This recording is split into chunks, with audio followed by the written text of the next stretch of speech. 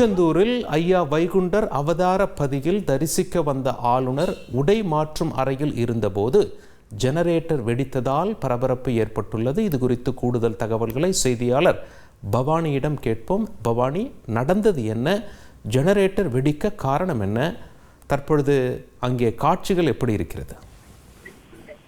கண்டிப்பாக, அதாவது திருச்செந்தூர் ஐயா வைகுண்டர் அவதார பதியில் தமிழக ஆளுநர் ஆர்.என். ரவி சுவாமி தரிசனம் செய்வதற்காக வருகை தந்தார். அதாவது 2 நாட்கள் பயணமாக பல்வேறு தனியார் நிகழ்ச்சிகளில் கலந்து கொள்வதற்காக தமிழக ஆளுநர் ஆர்.என். ரவி தூத்துக்குடி மாவட்டத்திற்கு வருகை தந்தார். சென்னையிலிருந்து விமானம் மூலம் தூத்துக்குடிக்கு வருகை தந்தார். அவர் திருச்செந்தூர் கடற்கரையில் அமைந்திருக்கக்கூடிய ஐயா வைகுண்டரின் அவதார பதியில் வருகின்ற மார்ச் 4ஆம் தேதி என்று 193வது அவதார தினமாக கொண்டாடப்படுகின்றது. இந்த நிலையில திருச்செந்தூர் ஐயா வைகுண்டர் அவதார பதியில் சுவாமி தரிசனம் செய்வதற்காக தமிழக ஆளுநர் ஆர்.என். ரவி வருகை தந்தார். அப்பொழுது கோவில் அருகே உள்ள அறையில் உடை மாற்றுவதற்காக ஆளுநர் உள்ளே சென்றார். அந்த சமயத்தில் ஆளுநர் தங்கியிருந்த அறைக்கு அருகே இருந்த ஜெனரேட்டர் அறையில் திடீரென பயங்கர சத்தத்துடன் புகையானது கிளம்பியது. இதனால் அங்கு பெரும் பரபரப்பு ஏற்பட்டது.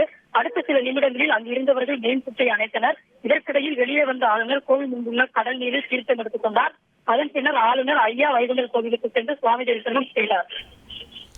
உங்களுடைய தகவல்களுக்கு நன்றி பவானி.